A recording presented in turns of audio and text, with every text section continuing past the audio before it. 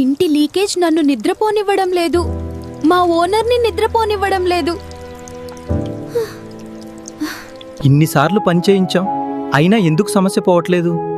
ఎందుకంటే అసలు కారణం చెక్ చేయలేదు. ముందు డయాగ్నోసిస్ అవసరం. మరమ్మత్తు చేయడానికి ముందు మీరెందుకు తనిఖీ చేస్తున్నారు? లోపం ఎక్కడుందో మనకు తెలియకపోతే మరమ్మత్తు పనిచేయదు. రిపేర్ చేయించాం, అయినా లీకేజ్ ఆగలేదు. సోర్స్ తప్పుగా గుర్తించారు. నేను టెస్టులతో చెక్ చేస్తాను. లీకేజీ ఎక్కడి నుండి వస్తుందో ఎవరూ చెప్పలేకపోతున్నారు. నేను ఏమీ పగలగొట్టకుండా శాస్త్రీయ పద్ధతిలో కారణాన్ని గుర్తిస్తాను. ఒక్కసారి సరిగ్గా చెక్ చేస్తే మళ్ళీ ఖర్చుండదు. అందరికీ నమస్కారం. మాంచర్యాల మరియు చుట్టుపక్కల ప్రాంతాల్లో నిర్మాణాన్ని దెబ్బతీయకుండా థర్మల్ కెమెరా, వాల్ స్కానర్తో వాటర్ సీపేజ్ సమస్యను గుర్తిస్తాము. ఇప్పుడే సంప్రదించండి. నీళ్ళు ఇక్కడ కనిపిస్తున్నాయి, అసలు ఎక్కడి నుంచి వస్తున్నాయో అర్థం కావట్లేదు. చూడగానే చెప్పలేం.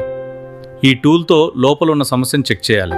నీళ్ళు ఇక్కడ కనిపిస్తున్నాయి, అసలు ఎక్కడి నుంచి వస్తున్నాయో అర్థం కావట్లేదు. చూడగానే చెప్పలేం.